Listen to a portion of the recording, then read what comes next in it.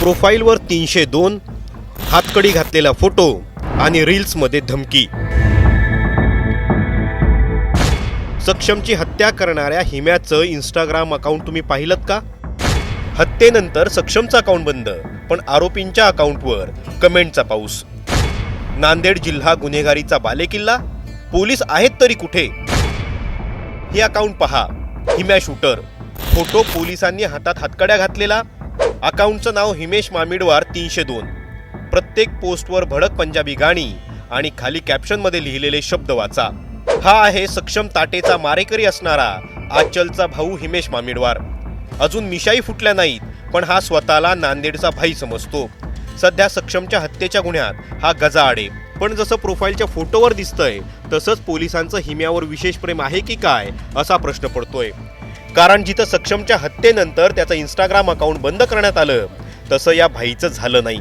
अगदी सक्षमच्या हत्या करण्याआधी त्यानं रील केलंय। त्यामुळे प्रश्न पडतो, नांदेड पोलीस करतात तरी काय? कारण गुन्हेगार थेट सोशल मीडियावर येऊन दहशत पसरवतोय। 302 हे गुन्ह्याचं कलम थेट अकाउंटला ठेवतोय, हातकडी घातलेला फोटो ठेवतोय, हत्या करण्याआधी त्याचा इशारा देतोय, तरी नांदेड पोलिसांना याची कानोकान खबर लागत नाही। हे एकच उदाहरण नाहीये। याच गुन्ह्यात आचलचा दुसरा भाऊ, ज्याचं नाव खुद्द आचलनं घेतलंय। कुणी काल त्याच्यावर माझे वडील गजानन मामिडवार आणि माझे 2 भाऊ हिमेश मामिडवार आणि साहिल मामिडवार। तो साहिल ठाकूरही सामील आहे। त्याचंही इंस्टाग्राम अकाउंट जाऊन पहा। वर लिहिलंय सनी कंसात साहिल ठाकूर, बायोत लिहिलंय मर्जी के मालिक, मग पंजाबी स्वतःचं नाव लिहिलंय। भगत सिंह याचा फॅन असल्याचं तो टाकतो। खाली लिहितो लडकियों से दूर आदत से मजबूर, त्याखाली सिंगल सिंपल आणि भाईची जन्मतारीख। फोटो तसाच गुंडाचा बुलेटवर बसलेला। रील्स पाहिले की दिसतो तो माज। गजानन मामिडवारच्या वाढदिवसाचा व्हिडिओ त्याने टाकलाय, ज्यावर गाणं टाकलंय डराने वालों को और डराऊ, डॉन भाई का मैं डंका बजाऊ। कॉपीराईटमुळे ते गाणं आम्ही तुम्हाला ऐकवू शकत नाही, पण व्हिडिओतले हे 3 गुंड पहा। ज्याला उचलून घेतलंय तो गजानन मामिडवार, हा हिम्या मामिडवार आणि हा साहिल ठाकूर। आता तुम्हाला प्रश्न पडला असेल, मोठ्या भावाचं नाव साहिल ठाकूर, लहाण्याचं हिमेश मामिडवार, पण कसं? पण त्यालाही एक बॅक स्टोरी आहे। खुद्द साहिल हा गजाननचा सावत्र पिता आहे, ज्याच्याशी साहिलच्या आईचा आंतरजातीयच विवाह झालेला आहे। त्यामुळे साहिल त्याचं आधीचं नाव ठाकूर लावतो, तर हिमेश मामिडवार हे नाव लावतो। या स्टोरीत अनेक किचकट अँगल आहेत, पण जो अँगल इथं कॉमन आहे तो आहे गुन्हेगारीचा। नाशिक आहे भावा, इथं जर तू इज्जत दिली तर तुला इज्जत भेटेल, नाही तर तुझी डेड बॉडी आहे ना डायरेक्ट सिव्हिलला भेटेल। बरं, गुन्हेगारांनी सोशल मीडियाचा वापर दहशतीसाठी करण्याची पहिली वेळ नाही, पण जेव्हा हीच दहशत नाशकात पसरली होती तेव्हा नाशिक पोलिसांनी काय केलं हे तुम्हीच पहा। माझ्यावर कायदेशीर कारवाई झालेली आहे, तर नाशिककरांना नम्रतेची विनंती आहे, कोणी असे व्हिडिओ बनवू नका। नाशिक जिल्हा कायद्याचा बालेकिल्ला। नाशकात जेव्हा गुन्हेगारांनी डोकं वर काढलं, रील्सवरून दहशत तयार करायला सुरुवात केली, तेव्हा नाशिक पोलिसांनी चांगलाच दट्ट्या दाखवला। ना पोरं ना पोरी ना पक्षाचे कार्यकर्ते ना पदाधिकारी, थेट हातात बेड्या घालून रस्त्यातून फिरवलं आणि गुन्हेगारांवर हे म्हणण्याची वेळ आणली, नाशिक जिल्हा। पण जेव्हा नांदेडमध्ये आपण येतो तेव्हा हे चित्र उलटं झालेलं दिसतं। सक्षम ताटेच्या हत्येचं प्रकरण झालं, पण नांदेड जिल्ह्याच्या कायदा सुव्यवस्थेची जबाबदारी ज्या पोलीस महानिरीक्षकांवर आहेत ते पुढे आले नाहीत, ना जिल्ह्याचे पोलीस अधीक्षक। बरं, याच पोलीस महानिरीक्षकांच्या काळात अक्षय भालेराव या तरुणाची हत्या झाली होती। त्याचं प्रकरणही राज्यभर गाजलं, पण त्यापासून पोलीस विभागानं काहीच धडा घेतला नाही। त्यामुळेच प्रश्न तयार होतो, नांदेड जिल्ह्यात कायदा सुव्यवस्थेची जबाबदारी नक्की आहे तरी कुणावर? तर नांदेड परिमंडळाचे उपमहानिरीक्षक आहेत शहाजी उमाप। 2024 पासून ते या पदावर कार्यरत आहेत। पोलीस सेवेच्या सुरुवातीच्या काळात ते परभणी, नांदेड आणि लातूर या 3 जिल्ह्यात उपाधीक्षक आणि अप्पर पोलीस अधीक्षक पदावर होते। त्यामुळे नांदेड परिसराची त्यांना चांगली जाण आहे। त्यानंतर ते VIP सुरक्षा विभागाचे उपायुक्तही राहिलेत, त्यामुळे त्यांना गुन्हेगारी आणि गुन्हेगार यांचा मोठा अनुभव आहे। पण असं असूनही गेल्या काही काळात नांदेडमध्ये गुन्हेगारांना चाप लावण्यात ते यशस्वी ठरलेले दिसत नाहीत। नाशिकमध्ये ज्या प्रकारे गुन्हेगारांची धिंड काढण्यात आली, अगदी लहान लेवललाच गुन्हेगारांना ओळखून त्यांना चाप लावण्यात आला, प्रत्येक गुन्हेगाराच्या सोशल मीडिया अकाउंटवर पोलिसांची नजर होती, तशी नजर नांदेड जिल्ह्यातील पोलिसांची असलेली दिसत नाही। नांदेड पोलिसांनी आता काय करायला हवं? नांदेड पोलिसांनी तातडीने गुन्हेगारांचे हे अकाउंट बंद करण्याची गरज आहे, कारण यातून प्रेरणा घेऊन नवे गुन्हेगार तयार होऊ शकतात. नांदेड जिल्ह्यात कोण रील स्टार, गुन्हेगार काय कंटेंट बनवतात यावर लक्ष ठेवणं जास्त गरजेचं आहे. जे लोक सोशल मीडियावर गुन्हेगारीला प्रवृत्त करतात त्यांना तातडीनं ताब्यात घेऊन त्यांच्यावर कारवाई होणं गरजेचं आहे. नाशिक पोलिसांनी ज्या प्रकारे गुन्हेगारांना अद्दल घडवली, त्यांची शहरात धिंड काढली, तशीच शिक्षा यांना व्हायला हवी. सोशल मीडियाच्या जाळ्यात लहान पोरं खेचली जातात, त्यामुळे त्यावर बारकाईने लक्ष ठेवणं गरजेचं आहे. कारण गेल्या काही काळात सामाजिक वातावरण सोशल मीडियाच्या पोस्टमुळे जास्त खराब होतोय. नांदेड पोलीस आता याबाबत गंभीर होतील, कारवाई करतील आणि एक आदर्श घालून देतील अशी आशा करूया. कारण प्रत्येक नांदेडकरांना घरात सुरक्षित वाटावं ही जबाबदारी पोलीस प्रशासनाची आहे. गुन्हेगारांना कायद्याचा वचक असायला हवा, तरच नांदेडमध्ये विकासाची गंगा वाहील.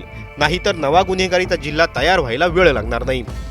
तुम्हाला हा व्हिडिओ कसा वाटला हे आम्हाला कमेंट बॉक्समध्ये नक्की कळवा आणि अशाच व्हिडिओसाठी आमच्या चॅनलला सबस्क्राईब आणि फॉलो करायला विसरू नका. धन्यवाद.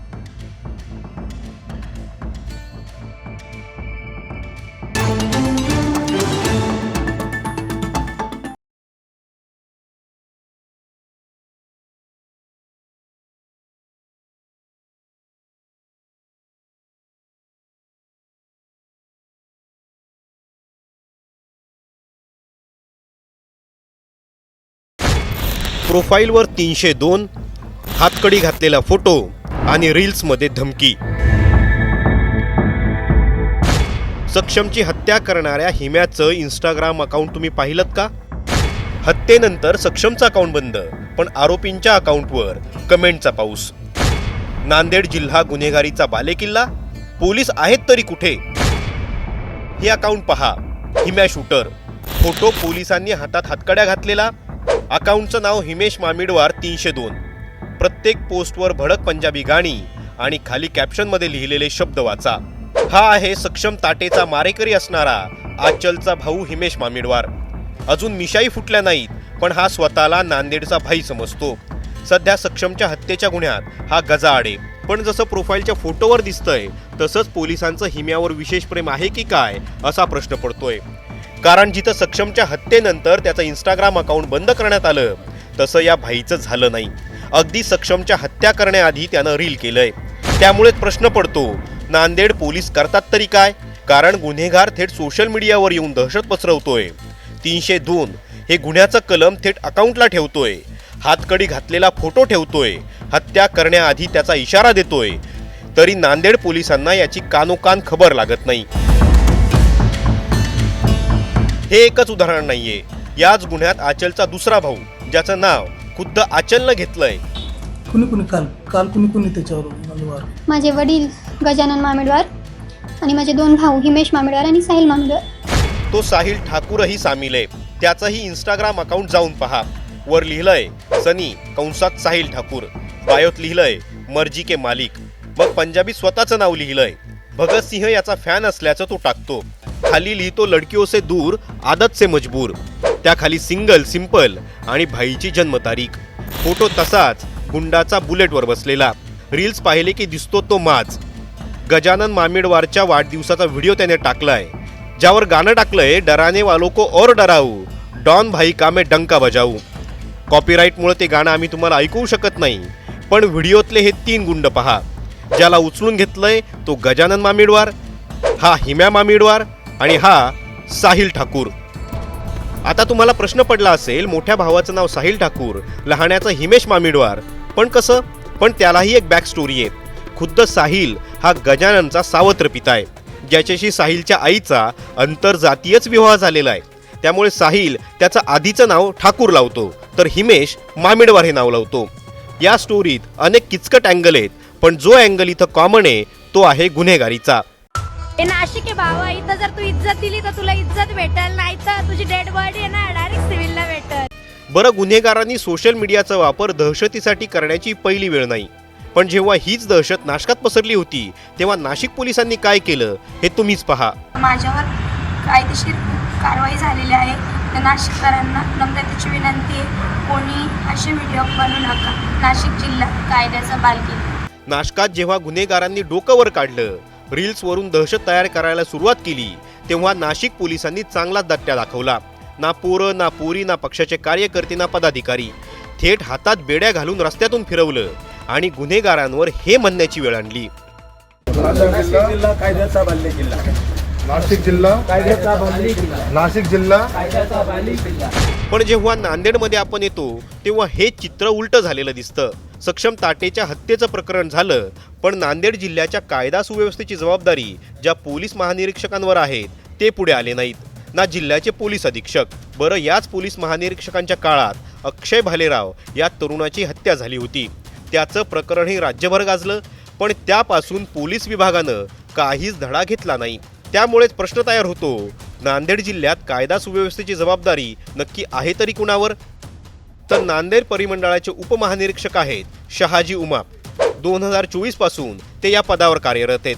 पोलीस सेवेच्या सुरुवातीच्या काळात ते परभणी, नांदेड आणि लातूर या 3 जिल्ह्यात उपाधीक्षक आणि अप्पर पोलीस अधीक्षक पदावर होते.